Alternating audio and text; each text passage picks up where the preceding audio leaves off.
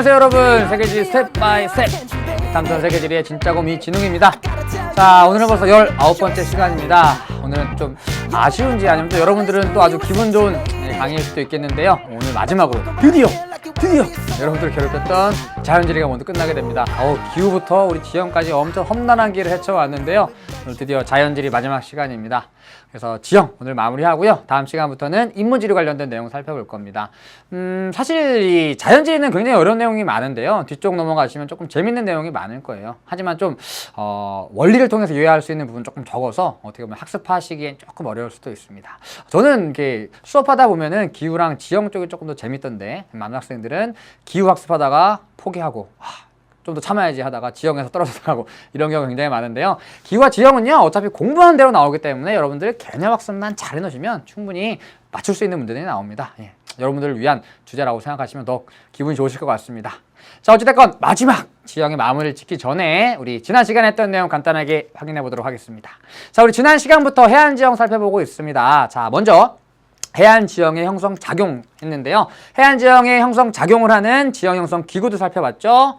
파랑, 연안류, 바람, 조류, 그리고 해수면 변동까지 살펴봤습니다. 자, 굉장히 중요한 내용이라고 얘기했었죠. 그래서 침식지형과 퇴적지형을 이해하는 가장 기본입니다. 그래서 특히 파랑, 연안류, 바람, 조류 중에 침식작용을 거의 도맡아 하는 아이가 바로 파랑이고요. 나머지 셋, 그리고 파랑까지 합치면 4개가 모두 퇴적작용을 하는데요.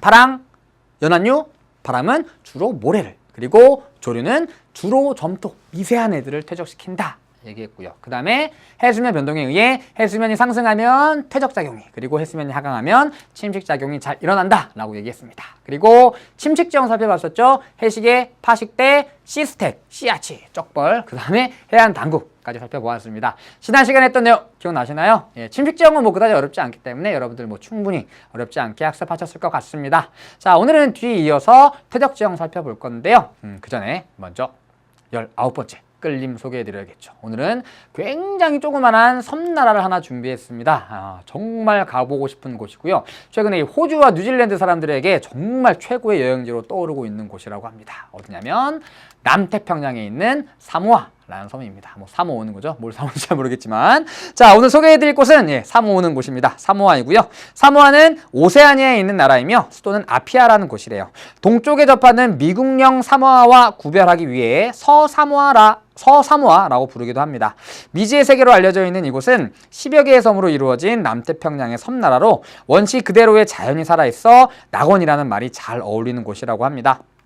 사모아에서 반드시 가보아야 할 곳은 바로 무성한 숲 사이에 거짓말처럼 놓인 파란 물로 가득 찬 분화구 토수와 오션 트렌치입니다. 어마어마한 높이에서 자신있게 물속으로 뛰어드는 한 사람이 찍힌 사진만으로 많은 여행객들을 사모아로 불러 모았던 곳이기도 합니다. 토수와 오션 트렌치는 사모아어로 거대한 구멍이라는 뜻입니다. 30m 가까이 깊은 곳에 위치해 있기 때문에 가파른 나무 계단을 따라 내려가야 합니다. 이곳은 해수로 가득 찬 화산 분화구에서 수영을 즐길 수 있는 곳이고요. 천혜의 수영장이라고 불리는 곳입니다. 많은 사람들이 찾아오고 있는데요. 아까 보셨던 그 사진을 재현하기 위해서 많은 세계인들이 찾아오고 있는 곳이기도 합니다. 정말 멋있죠? 자, 사모아를 이루는 10개 섬 중에 가장 큰 사바이 섬이라는 곳이 있는데요. 이곳에서 꼭 봐야 할 것이 바로 블로우홀이라고 합니다. 블로우홀은 화산 활동에 의해 해안에 생긴 구멍인데요. 구멍을 통해 거대한 물살이 솟구쳐 오르는 이색적인 풍경을 확인할 수 있습니다. 코코넛을 구멍에 넣어두고 잠시 기다리면 순식간에 물살이 밀려들어와 코코넛을 하늘 높이 날려버리는 모습을 통해서 우리는 물살이 얼마나 센지 짐작할 수가 있습니다. 자, 다음 소개해드릴 곳은 폭포인데요. 잠시만요. 손가락 좀 준비할게요. 이름부터 흥미로운 파이타이 폭포는 무료로 관람할 수 있는 사모아의 명소 중 하나입니다. 높이 656m의 파타이 폭포는 우거진 밀림 속에서 길게 떨어지는 폭포의 모습이 장관을 이루는 곳입니다. 정말 멋있죠? 주변이 바로 다 열대 밀림이라고 얘기합니다. 자, 오늘 사모아 소개시켜드렸는데 어떤가요? 사모아 처음 들어보시는 분들 굉장히 많을 겁니다. 생소한 곳인데요. 사진만 봐도 정말 가고 싶은 곳이죠. 특히 파파파파, 예, 파타이 폭포입니다. 열대우림 속에서 높은 곳에 떨어져 내는 폭포이고요. 아까 살펴봤던 이름도 조금 어려운데요. 토수와 오션 트렌치라고 합니다. 수많은 사람들이 거기서 뛰어내린 이러한 모습들을 연출하고 있는데요. 사실 수심이 굉장히 얕아서 뛰어들 때마다 이 온몸에 어느 곳인가는 골절될 위험을 각오하고 뛰어내려야 한다고 하는데요. 일단 뭐 멋있으니까요. 저도 일단 사진 보면 당장이라도 뛰어들고 싶은데요. 여러분들 나중에 결혼하시게 되었을 때 신혼여행으로 가보아도 손색이 없을 곳이라고 생각됩니다. 자, 오늘 3화 소개해드렸고요. 이어서 우리 오늘 세 번째 시간입니다. 우리 6강, 6단원의 세계 하천민 해안지형 세 번째 시간이고요. 말씀드렸듯이 오늘 해안 퇴적지형에 대해서 살펴보도록 하겠습니다. 바로 들어가죠. 자, 주요 해안 지형 중에 해안 퇴적 지형 살펴볼게요. 자, 여기 바다가 있고요. 여기 육지가 있습니다. 자, 바다로는 계속해서 하천이 흘러 들어오고 있습니다. 자, 이러한 하천들은 수많은 퇴적물들을 운반합니다. 중간에 퇴적물들을 쌓아서 선상지, 범람원, 삼각주 등을 형성하기도 하지만 몇몇 아직까지 퇴적되지 않은 아이들은 하천이 흘러 들어오면서 이렇게 바다로 흘러 들어오게 됩니다. 계속해서 하천이 퇴적물들을 싹 운반하게 되면 바다에는 수많은 퇴적물들이 떠 있게 되겠죠. 자, 그리고 하천으로부터 공급되는 퇴적물도 있지만 또 다른 곳에서 만들어지는 퇴적물도 있습니다. 자, 이 곧인데요. 고주로 파랑이 빡 들어옵니다. 고주 어떻게 될까요? 침식당하겠죠. 침식당하면서 퇴적물들이 생겨나겠죠. 이러한 퇴적물들이 역시 바다로 흘러나오게 되면 많은 퇴적물들이 바닷가에 떠있게 됩니다. 바다에 떠있게 됩니다. 여러분들 그 해안가에서 바다에서 놀다 보면 물 속에 있는 퇴적물들이 보이지는 않습니다. 그런데 우리 이미 바다에 수많은 퇴적물들이 떠 있는 것을 확인하셨을 겁니다. 무슨 얘기냐면 여러분들 바다에서 놀고 나오면 주머니에 모래 가득 차 있는 경험 해보신 적 있으시죠? 이상하다. 나는 수영만 했는데 바다 그 주머니에 난 모래를 넣은 적이 없는데 여기 뭐야? 왜 모래가 들어있지? 그게 바로 모래랑 물이 같이 주머니로 들어왔다가 물만 빠져나가는 거죠. 그리고 모래가 여기 남게 되는 겁니다. 그래서 그 바닷가에서 놀다가 나오면 이렇게 그 수영복이 갑자기 축 늘어지는 경우가 있죠. 조심하셔야 됩니다. 야한 모습, 섹시한 모습을 연출할 수도 있습니다. 바로 바다에 수많은 퇴적물들이 떠있기 때문이죠. 자, 그리고 이렇게 바다에 떠있는 퇴적물들이 파랑에 의해서 육지로 싹 파랑이 밀려오면 파랑의 모래들이 운반되어서 이렇게 해안가에 쌓이게 되겠죠. 그래서 모래가 이러한 만에 쌓이면서 지형이 만들어지게 되는데요. 얘를 요렇게 조금 더 세세하게 한번 볼게요. 이렇게 육지고 여기가 바다입니다. 자, 바다에는 모래랑 점토 같은 애들이 떠 있습니다. 그리고 파랑이 육지 쪽으로 들어오겠죠. 그리고 파랑과 함께 모래 알갱이 들어왔다가 점토는 빠져나가고 모래만 남게 되는 거죠. 자, 우리 하천할 때 말씀드렸죠. 이러한 파랑이 모래를 들고 간 힘은 없지만 점토를 들고 간 힘은 있는 거예요. 그래서 같이 들어왔다가 상대적으로 무거운 모래는 쌓이고 점토는 빠져나가는 겁니다. 이러한 일들이 계속 반복되면 이렇게 파랑에 의해서 와야지.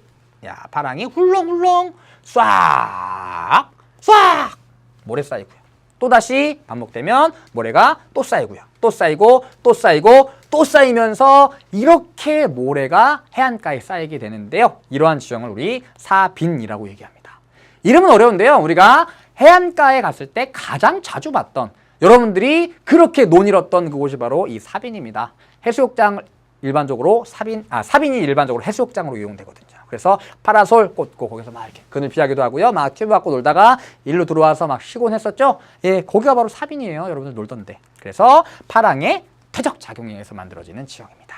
자, 다시 아까 그림으로 돌아가면 그래서 이런 만지역에 모래가 쌓여서 이러한 사빈이 만들어지게 되는 것이죠.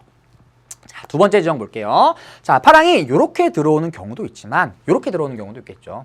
이렇게 파랑이 들어옵니다. 그리고 이러한 파랑은 육지와 만나게 되면 어떻게 흐를까요? 연안을 따라서 이렇게 어이구 야 꺼져라 이렇게 흐르게 되겠죠. 자, 이렇게 흐르는 파랑은 역시 모래를 운반하겠죠. 그리고 파랑에서 갈라져 나오는 연안류도 모래를 운반하면서 여기다가 이렇게 쌓아 놓습니다. 또는 이런 경우도 있어요.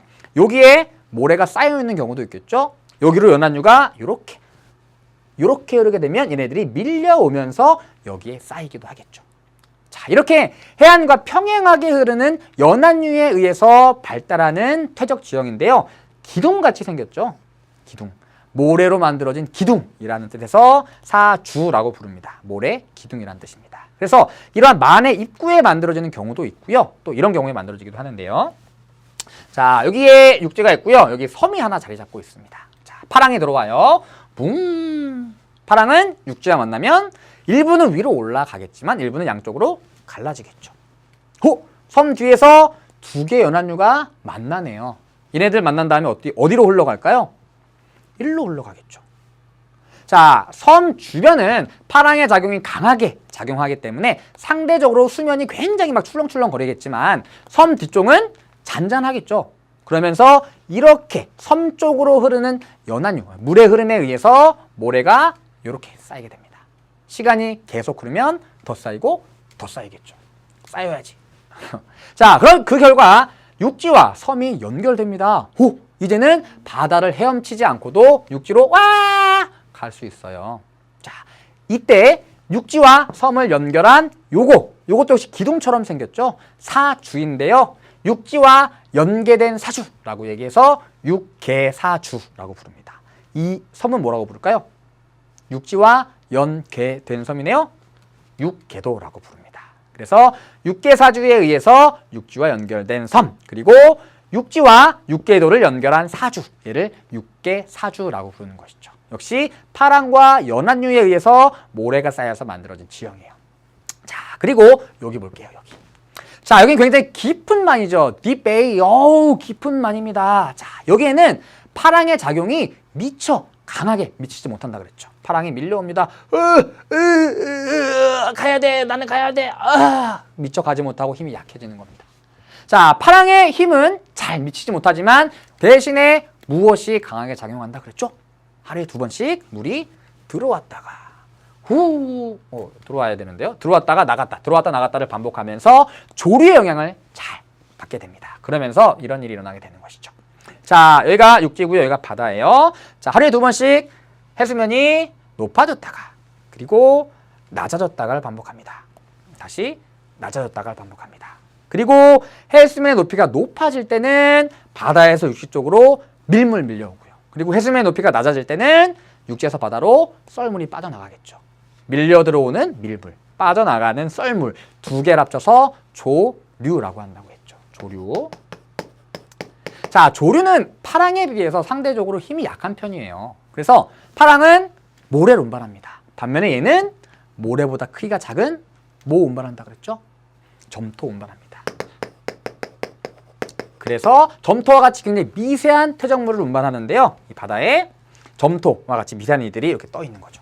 그리고 밀물이 밀려 들어올 때 같이 들어오는 겁니다. 같이 들어옵니다. 그러다가 썰물이 돼서 빠져나가면 얘를 버리고 나가는 거죠. 이렇게 나갑니다. 이렇게 나가게 되는 것이죠. 이러한 일이 반복되면 다시 또 해수면이 높아졌다가 다시 낮아지게 되면 또다시 점토가 쌓이겠죠. 이렇게 밀물이 들어왔다가 썰물이 되어서 빠져나가면서 해안에 점토를 쌓게 되고요. 이렇게 조류에 의해 주로 점토와 같은 미세한 입자가 쌓여서 만들어진 이 지형을 우리는 갯벌이라고 부르는 거죠. 갯벌. 자, 일단 갯벌의 가장 큰 특징은요. 얘는 만조 때, 다시 얘기해서 해수면 높이가 높아졌을 때는 물에 잠겨버립니다. 그리고 간조 때, 해수면 높이가 낮아졌을 때는 육지로 드러나겠죠. 얘는 육지인가요? 아니, 바다인가요? 뭐죠 대체? 육지이기도 하면서 바다이기도 한 그런 지형이라고 생각하시면 돼요. 자, 그래서 여기는요 영양분이 굉장히 풍부하고요. 그리고 다양한 해양 생물들이 살아갑니다. 어떤 애들이 있냐면 요런 게 있죠. 게 있고요. 그 다음에 이렇게 생긴 조개가 있습니다. 보셨어요? 맛조개라고 불리는 아이인데요. 지금 이렇게 혓바닥을 내밀고 있는데요. 여기 이제 껍데기 안에 있는 조개죠, 조개. 자, 이 맛조개는요, 밀물이 들어오면은, 짠 바닷물이 들어오니까, 밀물이 들어왔구나 하고 고개를 이렇게 쏙 하고 내민대요. 그리고 썰물돼서 빠져나가면 다시 들어가는 거죠. 그런데 갯벌에 가서 구멍을 찾아서 거기에다가 소금을 싹 뿌려주게 되면 밀물이 들어왔나 보다 하고 쏙 나오게 되는 거죠. 그때 쏙 하고 뽑으면 됩니다. 맛조개라고 불리는 녀석이에요. 좀 안타깝죠. 자기가 얼마나 좋았을까요? 드디어 밀물이 들어오는구나. 이제는 물 좀 구경해야지. 빠져나가니까 좀 안타까운 녀석입니다. 그리고 이런 애도 있는데요. 가재도 아니고 새우도 아닌 녀석입니다. 우리나라 황해 가면은 잘 볼 수 있는 녀석인데요. 쏙이라고 불리는 녀석입니다. 얘는 어떻게 잡냐면 구멍에다가 이렇게 막대기 같은 게 있고요. 막대기 앞에 이렇게 솜 같은 게 있어요. 이걸 딱 집어넣고 간질간질하면 여기 쏙이 이렇게 딸려 나옵니다. 옆에서 버너에다가 물 끓이고 있다가 쏙이 쏙 빠져나오자마자 풍덩해서 해물 라면 끓여 먹으면 진짜 맛있습니다. 물론 자연을 소중히 지켜야겠지만 어쨌든 얘네 말고도 수많은 아이들이 살아갑니다. 그래서 어떤 육지도 아니고 바다도 아닌 그 중요한 경계에 위치하고 있는 지역이어서 다양한 생태계, 다양한 이 동식물들이 서식하고 있는 생태계 터전이라고 볼 수 있습니다. 자, 그리고 얘는 인간 생활에 또 중요한 역할을 하기도 하는데요. 자, 여기서 먼 바다에서 거대한 해일이 밀려옵니다. 뽕! 갯벌을 지나면서 해일의 힘이 상대적으로 약해지고요. 그리고 태풍이 올 때는 태풍의 힘도 상대적으로 줄여주는 역할을 합니다. 와! 갯벌은 인간에게 굉장히 유용한 아이죠. 그리고 밀물이 들어왔을 때 막아버립니다. 썰물이 되어서 빠져나가더라도 물이 남아있겠죠. 태양이 쨍쨍쨍쨍쨍쨍쨍쨍쨍 허허허허 뭐가 남을까요? 소금 남겠죠. 이거 뭐라 그래요? 염전이라고 부르죠. 그리고 방조제 설치해서 흙을 들이부은 다음에 새로운 땅을 만들기도 합니다. 간척 사업도 하죠. 오, 굉장한 곳이에요. 갯벌은 정말 인간에게 큰 도움을 주는 지형이라고 볼 수 있습니다. 바로 조류가 미세한 점토 등을 퇴적하면서 만들어지는 지형이라고 볼 수 있습니다. 자, 다음 지형 볼게요. 다음 지형 보기 전에 우리 이러한 갯벌이 널리 분포하는 지역들이 어디냐면 세계 5대 갯벌이라고 불리는 지역들입니다. 바로 여기가 5대 갯벌입니다. 그래서 여기 북해 연안에 굉장히 대규모의 갯벌 발달하고요. 그리고 우리나라의 황해안 세계적인 갯벌이 발달하는 지역이에요. 엄청난 갯벌이 발달합니다. 그리고 캐나다의 동부 펀디만이라고 부르는 곳인데요. 세계에서 조차가 가장 큰 곳입니다. 물이 해수면 높이가 가장 높을 때와 가장 낮아졌을 때의 차이가 10m가 넘어간다는데요. 엄청 조차가 큰 곳이죠. 그리고 미국의 조지아주 동부 해안, 그리고 아마존 하구 지역, 이 지역은 세계 5대 갯벌이라고 불리는 지역들입니다. 자, 일단 갯벌이 발달하기 위해서는 조류의 작용이 활발하게 일어나야겠죠. 뭐가 커야 될까요? 조차가 큰 지역들입니다. 자, 그리고 조차가 크게 나타나기 위해서는 일반적으로 복잡한 형태의 해안이 발달하는 지역들이 많이 있습니다. 깊은 만, 그러니까 대륙적으로 봤을 때 굉장히 깊게 들어온 만 지역이 갯벌이 잘 발달하는 지역인데요. 북해 보십시오. 엄청나게 깊게 발달한 만의 형태를 갖고 있죠. 황해도 마찬가지죠. 태평양에서 엄청나게 깊은 만이고요. 펀디만도 마찬가지죠. 이러한 곳에 갯벌들이 잘 발달합니다. 조차가 큰 곳, 복잡한 해안, 그리고 또 하나 한다면 완만한 경사를 갖추고 있는 지역들, 이러한 지역들이 바로 갯벌이 널리 발달하는 지역입니다. 그래서 세계 5대 갯벌 해안 위치 기억해 두시면 좋을 것 같습니다. 자, 우리 갯벌까지 살펴봤고요. 다음 지형 살펴봐야겠죠. 사진 하나 준비했습니다. 요건 캐나다 동쪽의 펀디만의 모습인데요. 요건 이제 물이 들어왔을 때 모습입니다. 물이 빠져나가면 완전히 다 육지로 드러나게 되는 것이죠. 그래서 만조 때는 물에 잠긴 바다였다가 간조 때는 육지로 변하는 이러한 곳을 우리는 갯벌이라고 부릅니다. 조차 굉장히 큰 거 보이시죠? 그리고 여기 사진 보면 여기 아래쪽에 이렇게 선을 하나 그어서 이 아래쪽이 굉장히 얇은 모습을 볼 수 있죠. 여기는 넓은데 여기 좀 얇잖아요. 바닷물이 드나들면서 여기를 깎아내는 거죠. 이러한 일들이 일어나기도 합니다. 파랑해에서 침식을 받기도 하고요. 자, 갯벌까지 살펴봤고요. 다음 지형 살펴볼게요. 자, 해안가에 이렇게 모래가 쌓여 있습니다. 사빈이라고 일반적으로 얘기한다 그랬죠. 이 지역으로 바람이 붑니다. 훅, 훅. 그러면 바람에 의해 사빈에 있던 모래가 뒤로 날려가겠죠. 바람이 계속 붑니다. 또 불면 또 날아가고, 또 불면 또 날아가고. 이렇게 사빈에 있는 모래가 바람에 의해 이동하면서 뒤편에 퇴적되어서 만들어지는 모래 언덕이에요. 건조 지형에서도 했지만 모래 언덕. 그래서 사구라고 하는데 해안에 발달해 있기 때문에 해안 사구라고 얘기합니다. 바람의 퇴적작용에 의해서 만들어지는 지형이에요. 하나만 기억하시면 됩니다. 바람의 퇴적작용 이거 하나밖에 없습니다. 우리 배우는 거는 그래서 바람에 의해서 주로 모래가 퇴적되어서 만들어지는 지형이에요. 기억해 두시고요. 이 해안사구도요, 인간 생활에 굉장히 큰 영향들을 끼치는데요. 자, 이게 해안사구예요. 그리고 바다가 있고요, 육지가 있습니다. 자, 해안가에 살고 싶어요. 선생님은 바다가 너무 좋아요. 난 해안에 살아야지. 여기다 집을 짓습니다. 어떤 일이 벌어질까요? 큰 파도가 밀려올 때, 난 나갔다 왔더니 집이 사라지고요. 그 다음에 창문을 열고 잠을 잤더니 딱 깨는 순간 내 몸을 모래가 덮고 있고요. 그 다음에 내 옷에서 다 막 소금이 막 묻어 있습니다. 염전이 되는 거죠. 사람이 살긴 좋지 않습니다. 그래서 해안가에 살 때 좋은 곳은 어디냐? 해안사고 뒤쪽에 살면 바람도 막아주고요. 큰 해일도 막아주고 태풍도 막아주겠죠. 그래서 일반적으로 해안사고 뒤쪽에 이러한 취락들이 발달하는 경우가 많습니다. 그리고 먹고 살아야겠죠? 농사도 짓습니다. 그래서 해안사고 뒤쪽에 이러한 농경지나 취락들이 발달하는 경우가 있습니다. 그런데 바다에서 아주 강한 바람이 불 때는 사고가 바람을 막아주지 못해요. 그래서 큰 바람, 강한 바람이 불 때는 모래가 사고를 넘어서 불어오는 경우도 있습니다. 안 되겠죠. 그래서 해안사고에다가 나무를 심어요. 이런 나무를 방풍림 또는 방사림이라고 부릅니다. 여러분들 동해나 특히 서해 같은 데 가면은 넓은 해수욕장, 백사장, 사빈 나가기 전에 주차장에서 내린 다음에 막 뛰어가면은 막 사람들 텐트 치고 막 해먹친 막 나무 막 본 적 있으시죠? 거기가 일반적으로 해안사고에 방풍림을 조성해 놓은 곳이라고 생각하시면 됩니다. 자, 그래서 이러한 해안사고는 바람과 모래를 막아주는 역할을 하고요. 그리고 아까 말씀드렸듯이 큰 태풍이 왔을 때 막아주고요. 커다란 해일이 왔을 때도 막아주는 역할을 하는 굉장히 인간 생활에 중요한 역할을 하는 지형이라고 볼 수 있습니다. 자, 여기까지 해안 사고 살펴봤습니다. 우리 다음 지형 살펴볼게요. 자, 다음 살펴볼 지형은 우리 석호라고 하는 지형인데요. 얘는 해수면 변동과 굉장히 큰 관련을 갖고 있는 지형이에요. 자, 일단 이 모습은 빙기대의 모습입니다. 그래서 이렇게 산맥이 발달해 있고요. 산줄기가 발달해 있고요. 산과 산 사이에 계곡에 하천이 이렇게 흐르고 있었어요. 빙기대 모습입니다. 자, 그러다가 지구의 기온이 높아지면서 후빙기가 됩니다. 해수면 어떻게 된다 그랬죠? 상승하겠죠. 점차 밀려 들어옵니다. 자, 그리고 우리 여러 번 살펴봤듯이 계곡 쪽은 상대적으로 해발 고도가 낮기 때문에 물이 들어오겠죠. 그래서 과거에는 골짜기였던 곳이 이제는 골짜기였던 곳이 만으로 변해버립니다. 만형성. 그리고 만형성에 큰 역할을 한 이 작용이 바로 해수면 상승이 되는 것이죠. 후빙기에 일어났던.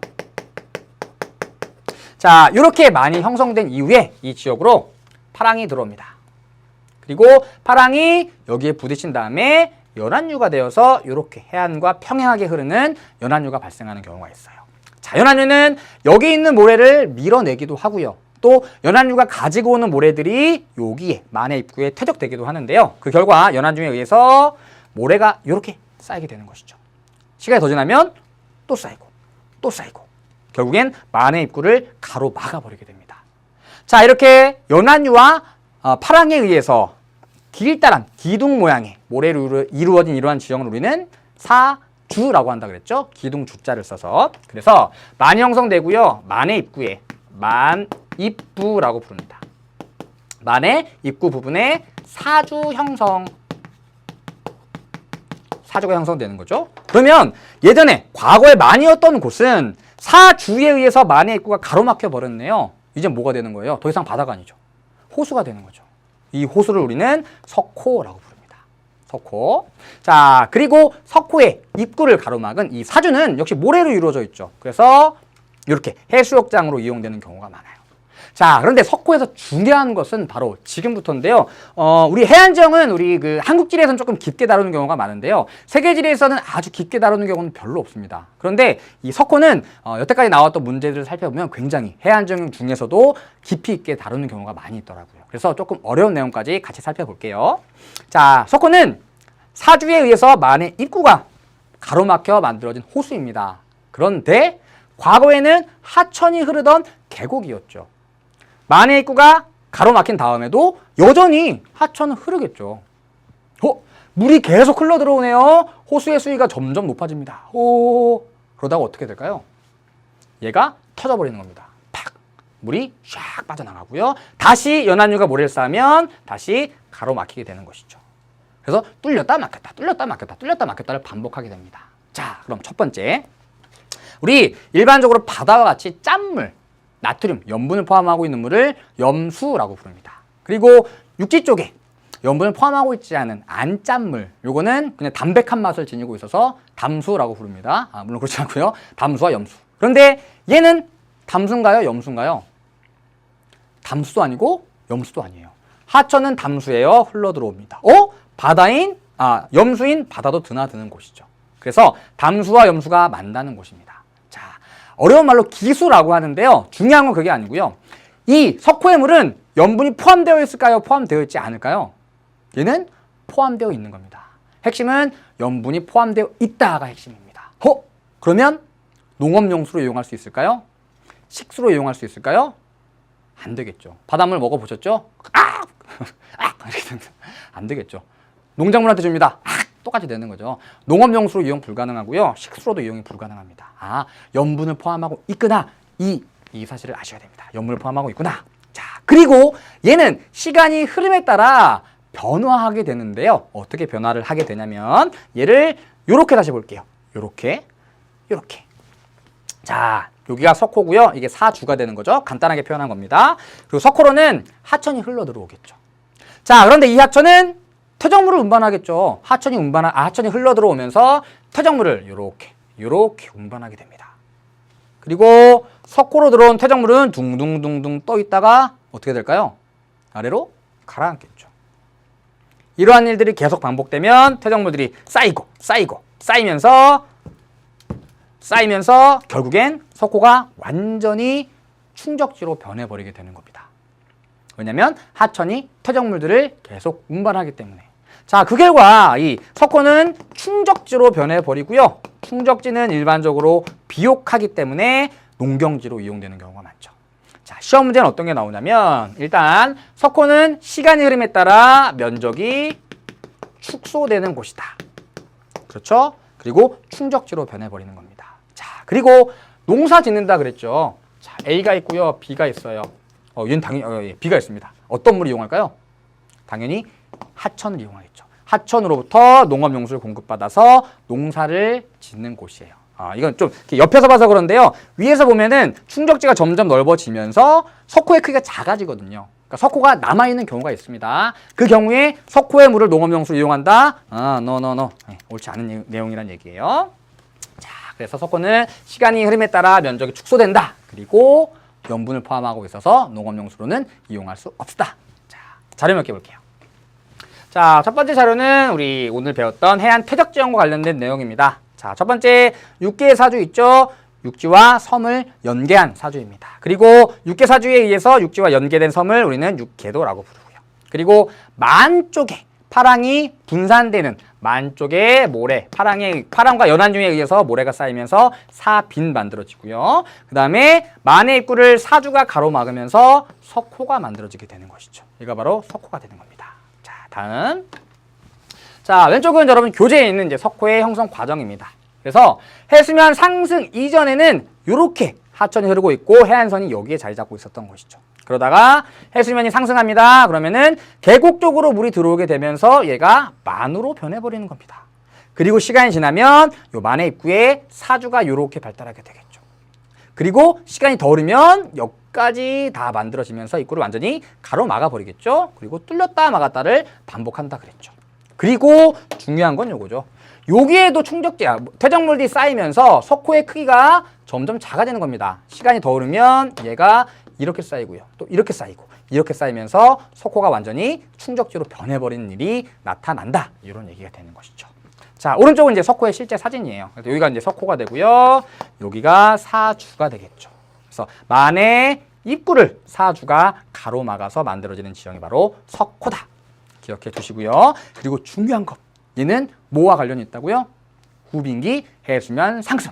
후빙기 해수면 상승. 꼭 기억해 두셔야 돼요. 시험에 출제 포인트로 나오는 경우가 굉장히 많습니다. 자, 그래서 석호까지 살펴봤습니다. 자, 여기까지 우리 해안 퇴적지형 살펴봤고요. 우리 다음 내용으로 넘어가 볼게요.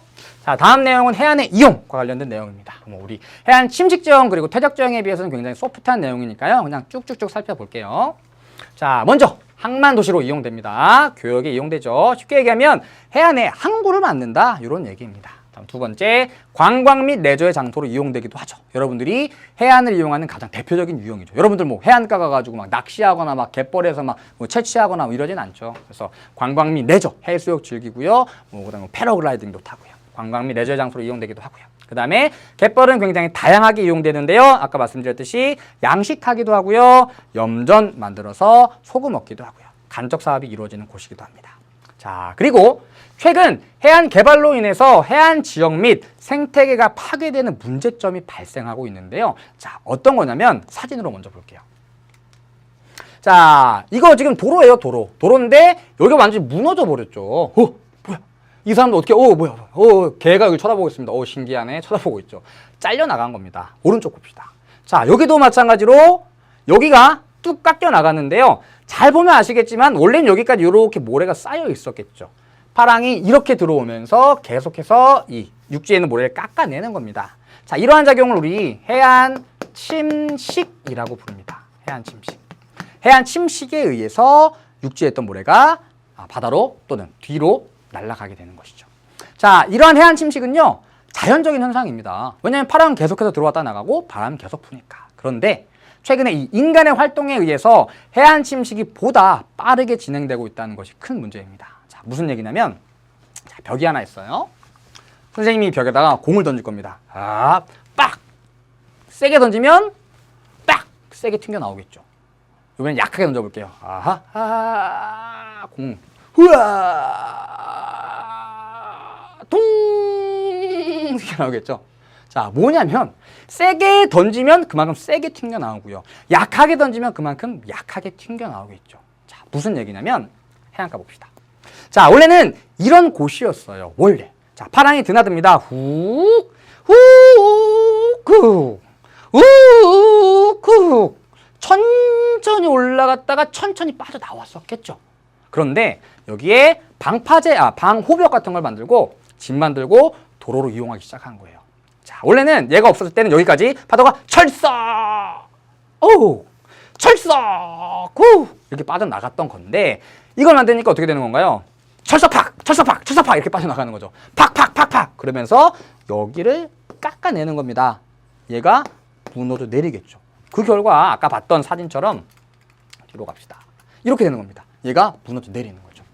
이렇게 인간이 해안을 개발하면서 이러한 해안 침식이 보다 심화되고 있다는 겁니다. 자, 그런데 이러한 해안에서는 다양한 인간 활동이 이루어지기 때문에 해안 침식이 계속해서 이루어지면 인간에게 좋을 게 없겠죠. 그래서 해안 침식을 막기 위한 다양한 방책들이 나타나게 되는데요. 자, 집도 이렇게. 자, 첫 번째가 뭐냐면 방파제입니다. 방파제.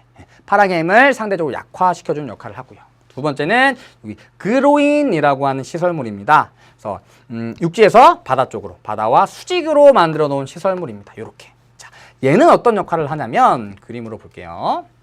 자, 여기 이렇게 육지가 있고요. 여기에 모래가 쌓여 있었어요. 바다가 있습니다. 파랑이 불어옵니다. 훅, 훅. 그다음에 이러한 파랑이 육지와 만나면 연안유가 이렇게 흐르겠죠. 그리고 말씀드렸듯이 연안유에 의해서 여기 있던 모래가 다른 지역으로 이동하겠죠. 이렇게 이동합니다.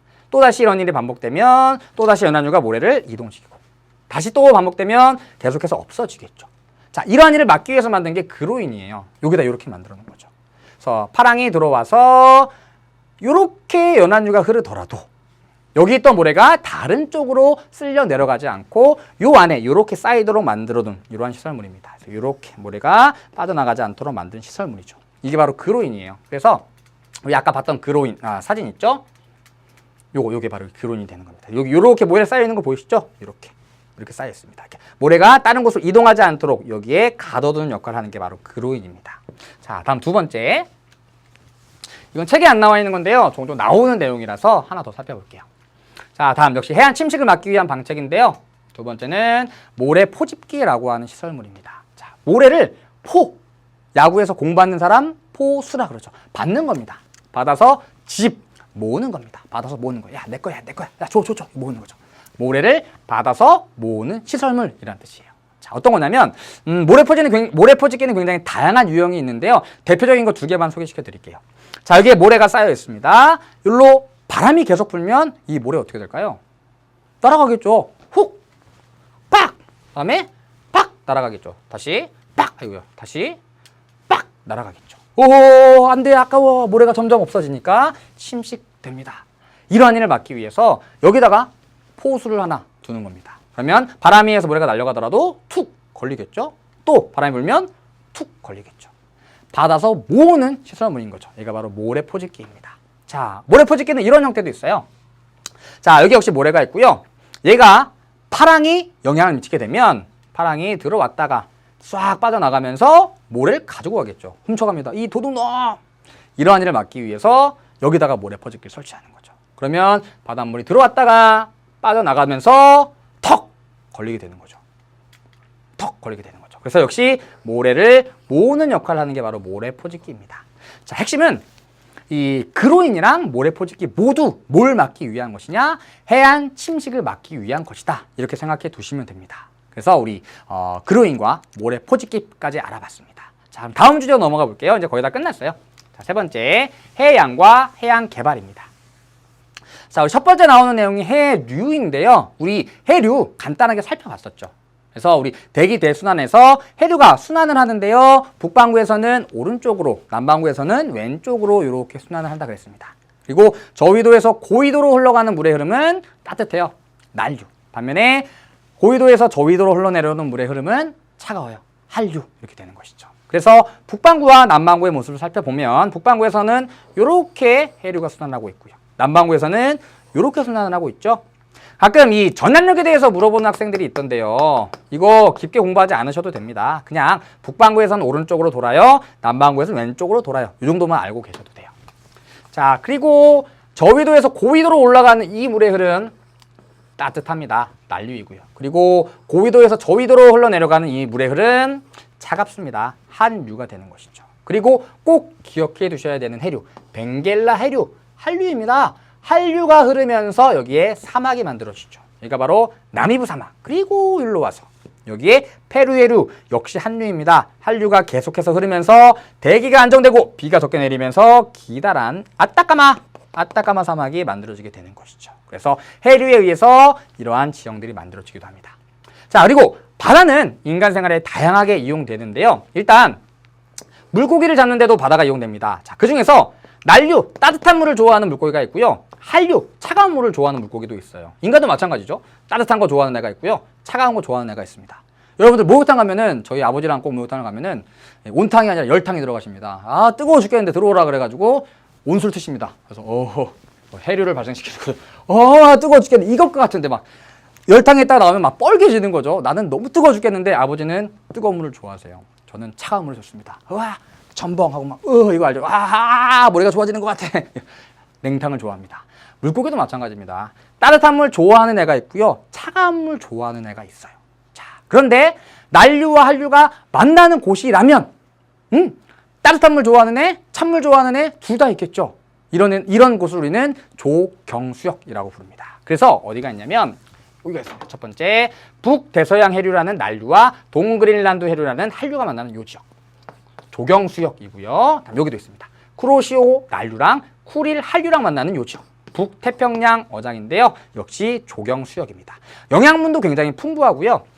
따뜻한 물 좋아하는 애, 찬물 좋아하는 애가 모두 서식하기 때문에 대표적으로 많은 고기들이 서식하는 세계 주요 어장 중에 하나예요. 그래서 여러분들 가끔 참치배 타러 가요, 또 원양어선 타러 가요, 이런 얘기 들어본 적 있으시죠? 어디 가는 거냐면 일반적으로 여기 가는 거예요. 이렇게 멀리 여기까지 가는 겁니다. 여기에서 고기 잡는 거죠. 왜냐면 많은 고기를 잡을 수 있으니까. 근데 뭘 줘? 그래서 한 번 나가면 몇 달씩 걸려서 돌아오는 이유가 바로 이 먼 곳까지 이동해 오기 때문입니다. 이러한 조경수역 어업에 굉장히 많이 이용되겠죠. 그래서 인간 생활에 중요한 역할을 합니다. 자, 다음 우리 해저지형 살펴볼 건데요. 해저지형은 깊게 문제가 출제되는 경우는 없습니다. 그리고 중앙해령 우리 이미 얘기했었죠. 판이 갈라지는 경계. 자, 그리고 해구 바다의 또랑이라고 얘기했었죠. 또랑이죠. 깊죠. 또랑. 대륙판과 해양판이 만나는 경계. 해구 얘기했었고요. 대양제평원이랑 대륙 사면은 잘 안 나오고요. 이 대륙붕은 하나 기억해 두시면 좋습니다. 대륙붕. 바로 이 육지에 가까운 곳에 있는 평평한 곳을 우리는 대륙붕이라고 부르는데요. 과거에 이제 해수면이 상승하기 전에, 후빙기의 수면이 상승하기 전에 육지였던 곳들이 많아요. 그래서 나는 동식물이 서식했던 곳이기 때문에 얘네들이 땅속에 묻히면서 지하 자원으로 변해버린 경우가 많습니다. 그래서 우리 바다에도 유전이 있죠. 석유캐고 가스캐는 유전이 바다에 발달해 있는 경우는 대부분 이 대륙붕인 경우가 많이 있습니다. 여러분들 그 배타적 경제 수역이란 말 들어본 적 있으시죠? 이 배타적 경제 수역이 일반적으로 이 대륙붕의 면적까지를 확보해주기 위한 수역이라고 생각하시면 돼요. 많은 지하 자원이 풍부하게 분포하고 있다. 그 정도만 기억해 두시면 됩니다. 자, 다음 내용 넘어가 보죠. 자, 다음은 우리 해저 자원. 자, 그래서 해양은 또다시 다양하게 이용되는데요. 해저 자원 개발하죠. 방금 말씀드렸듯이 석유랑 천연가스 캐기도 하고요. 뭐 망간, 단계 등과 같은 다양한 자원을 캐기도 합니다. 자, 그리고 인공섬과 인공도시를 바닷가에 건설하기도 하는데요. 대표적인 곳, 아랍에미리트, UAE 여기입니다. 엄청나죠? 옛날 사진 보시면 여기 다 사막이에요. 1강 때 한번 보여드렸었죠. 여기 완전 다 사막이었습니다. 그런데 오일머니, 석유판 돈을 이용해서 여기에 엄청나게 초원 만들고요. 막 건물 짓고 도로 만들고 심지어 바다에까지 인공섬을 만들어 놨죠. 팜 아일랜드라고 부릅니다. 그래서 굉장히 비싼 호텔들, 그다음에 굉장히 비싼 그 별장들이 여기 위치하고 있습니다. 엄청난 거죠. 멋있지 않습니까? 한번 가보고 싶지만 가봐도 제가 묵을 곳은 없을 것 같습니다. 여기에 묵어 그냥 멀리서 여기서 와 멋있다 이 정도만 해야겠죠. 되게 비싸대요. 그리고 여기 뭐 부르주 칼리파라고 해가지고 세계에서 가장 높은 빌딩, 이 미션 임파서블이란 영화에서 나왔던 빌딩이 바로 여기 위치하고 있습니다. 그래서 바다에 인공 섬을 건설한 가장 대표적인 곳이 바로 여기예요. 아랍에미리트, 팜 아일랜드라는 곳입니다. 자, 이렇게 해양, 바다는 인간 생활에 굉장히 큰 영향을 끼치고 사람들이 다양한 방식으로 이용하고 있다. 이 정도까지 살펴보시면 될 것 같습니다. 자, 우리 오늘 해안 퇴적 지형 중점적으로 살펴보았습니다. 그래서 파랑, 연안류, 조류, 바람에 의해서 만들어지는 다양한 퇴적 지형도 살펴봤었죠. 자, 먼저 사빈, 파랑의 퇴적 작용에 의해서 주로 무엇이? 모래가. 다음 사주, 파랑과 연안류. 물론 사빈의 형성 작용에도 연안류가 영향을 미치기도 합니다. 주로 모래가. 그 다음에 갯벌은 조류의 퇴적 작용에 의해서 주로 미세한 점토와 같은 애들이 쌓여서 만들어진 것이고요. 해안사고는 바람의 퇴적에 의해서 만들어진 지형. 그리고 석호했었죠. 꼭 기억해 두셔야 됩니다. 후빈기 해수면 상승에 의해서 골짜기가 만으로 변하고 입구를 사주가 가로막아서 형성된 호수이고요. 염분 포함하고 있습니다. 농업용수로 이용할 수 없고요.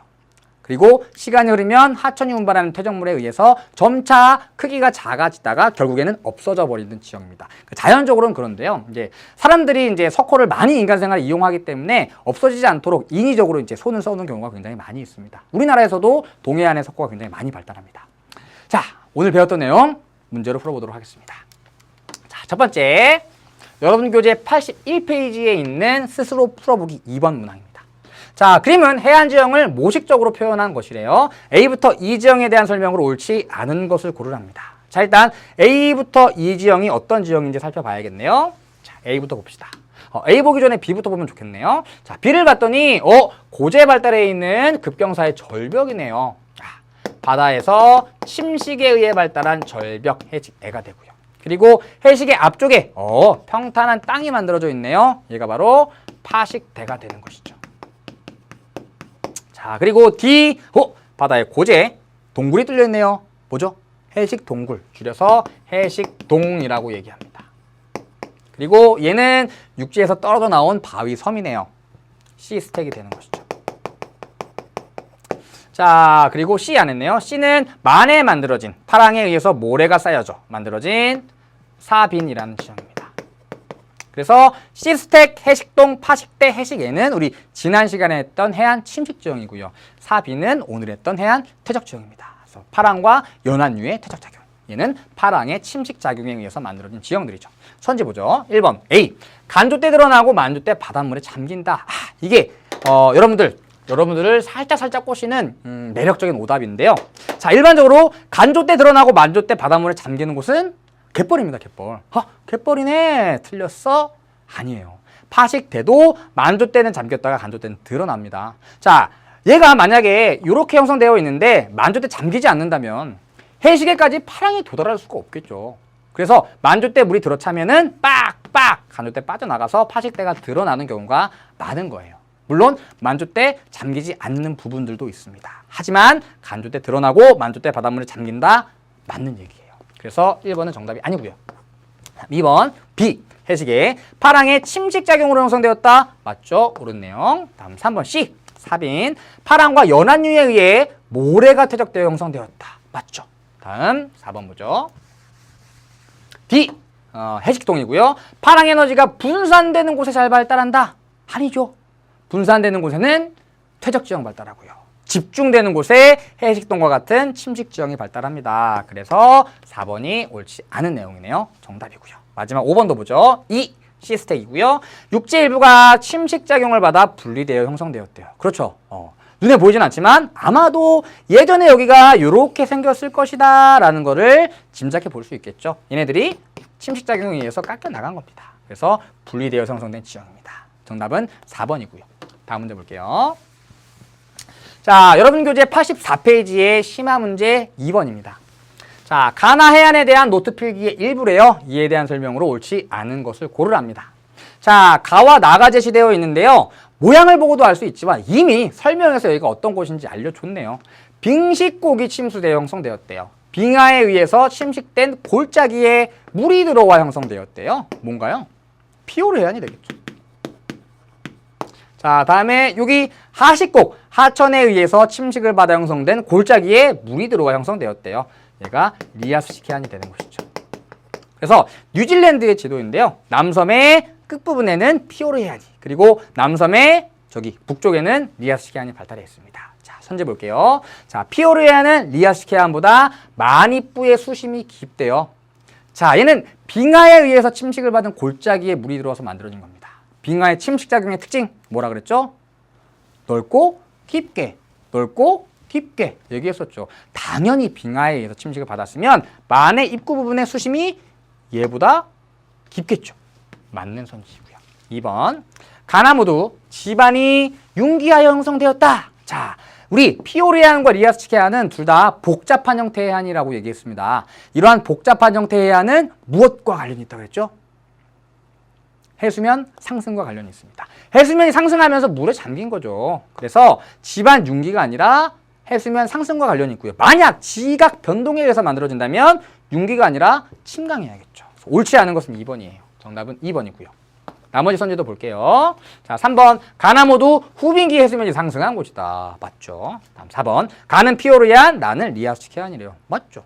5번, 가는 U자곡. 빙식곡의 다른 말이 U자곡이죠. U자 형태. 자, 그리고 나는 V자곡, 하식곡, 하천에 의해서 침식을 받아 만들어진 골짜기는 V자 형태라 그랬죠. 선생님, V자곡에 물이 들어와서 만들어진 곳입니다. 맞는 내용입니다. 정답은 2번이 되겠네요. 자, 여기까지 우리 문제까지 풀어봤습니다. 자, 오늘은 해안 퇴적지형 그리고 해양에 대해서 학습해 보았습니다. 자, 당연히 오늘 배웠던 내용 중에 가장 중요한 내용은 해안 퇴적지형이겠죠. 각각의 지형들이 무엇에 의해서 무엇이 쌓여서 만들어졌는지 그리고 어떻게 변화하는지 정리해 두시면 어렵지 않게 학습하실 수 있을 것 같습니다. 자, 그럼 오늘 배웠던 내용 중에 어떤 내용들이 중요한지 오늘의 키워드 드리겠습니다. 오키 19강의 오키입니다.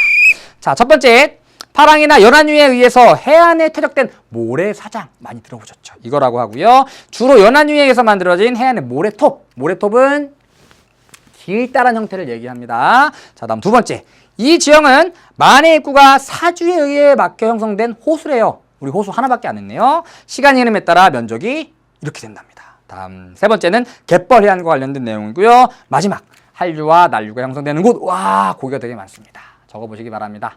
자, 여기까지 우리 오늘 마지막으로 지형 내용이 모두 끝났습니다. 자, 다음 시간부터는 우리 인문지리 내용 들어갈 건데요. 처음에 배울 내용은 민족 그리고 언어와 관련된 내용입니다. 자, 지형 단어 모두 끝났으니까 앞에 쭉 보시기 바라고요. 다음 시간에 더 좋은 강의로 찾아뵙겠습니다. 고생 많으셨습니다. 안녕.